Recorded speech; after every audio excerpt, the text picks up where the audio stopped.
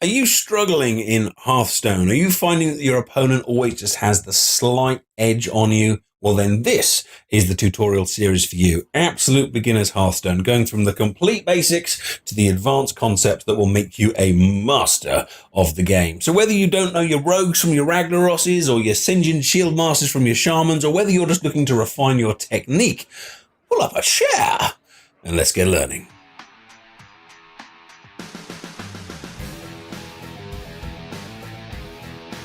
So my name is TheAdipose, and this is our fourth tutorial in the Absolute Beginners series, and we're going through the tutorials, but this isn't a tutorial. This is a tutorial that's going to talk about the really important concepts in Hearthstone, but use the tutorials at the same time to give some consistency to it. So here we are versus King Mukla, who is one of the legendary cards in the game. Now this is a really important point for a few reasons.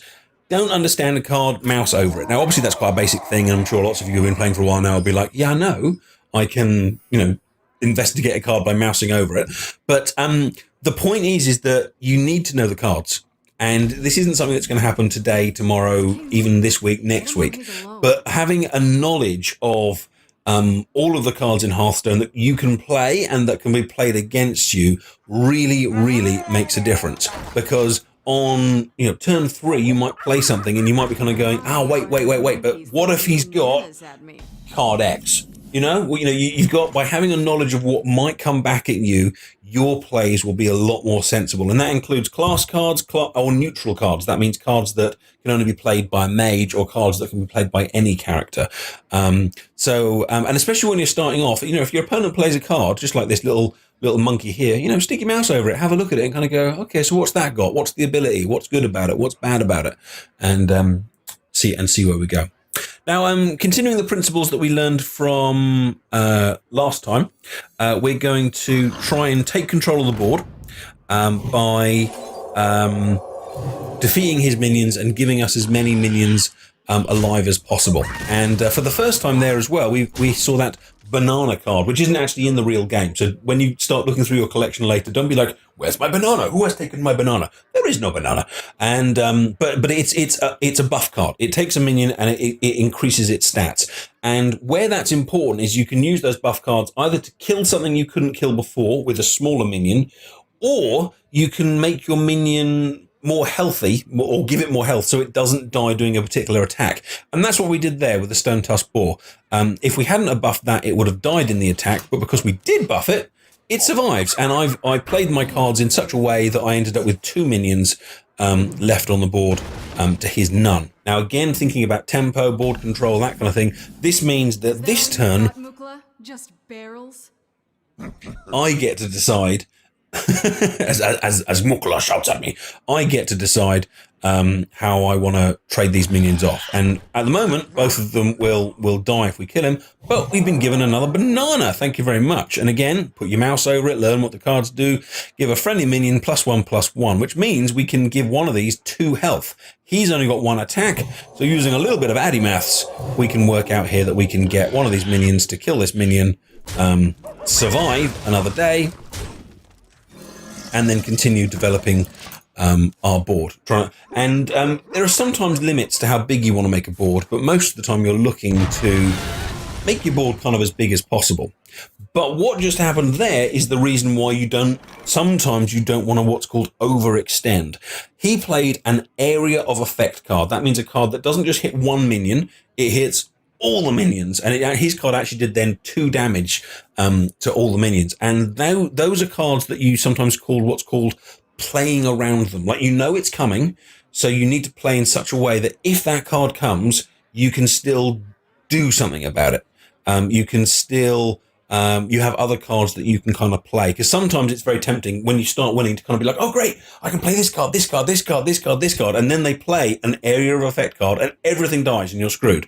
So this isn't perhaps something we're going to talk too much about in this tutorial. We'll talk about it in future more specific tutorials, but if you're winning and you've got 4 cards already down, think about it. Do you need the 5th? Do you actually need that 5th card down? If you've got 3, do you need the 4th? And sometimes the answer will be yes, but sometimes the answer will be, actually, no, I'm going to ease off because I want to prepare for what could come next.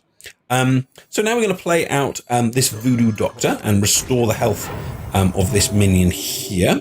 And by restoring the health of the minion, it's more likely to stay alive from a future attack. And you might going to be saying to yourself there, well, why didn't you restore the health of your character? Well, my character's got 23 health, but that minion's only got 3. And we've seen in the previous tutorials just how important it is to keep minions alive. So I think whether I've got 23 health or 25 health, doesn't really matter. But if that minion having 1 or 3, that's a big difference. And that's why I restored the health of that minion.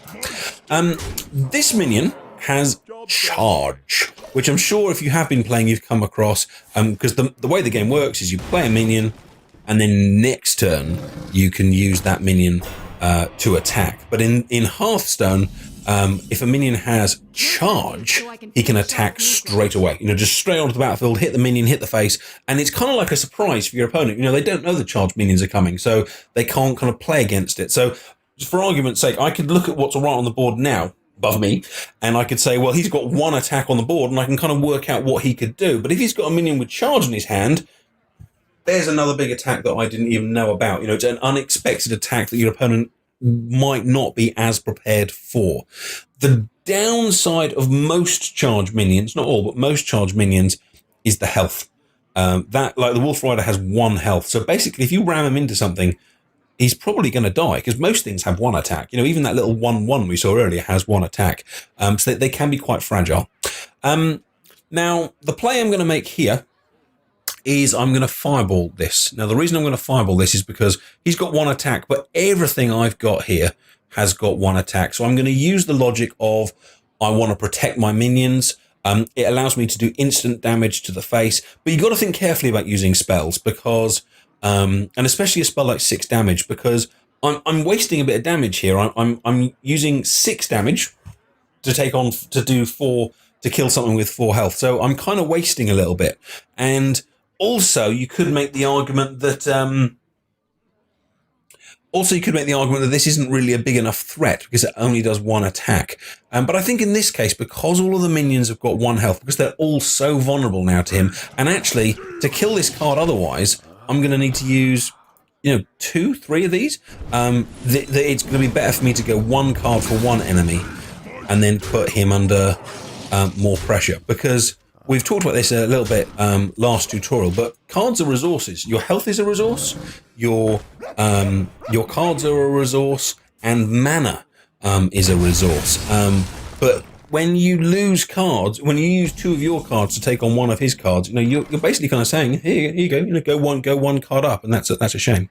Now, sadly, we've been wiped out there. We've been thrown off the board using his, what did he call it? He used his stomp, and we've got to play back onto the board. Sometimes it's going to happen. You can try and play around it, but sometimes you just find yourself thrown off the board, and you've got to get back on as quickly as possible. But when you're trying to get back onto the board after being cleared from it, you need to kind of think carefully about what you're actually going to do. It is hard. I mean, once you get behind, it's tricky to get back. You kind of basically need spells yourself. I mean, area of effect spells yourself, or instant damage to kind of protect your own minions.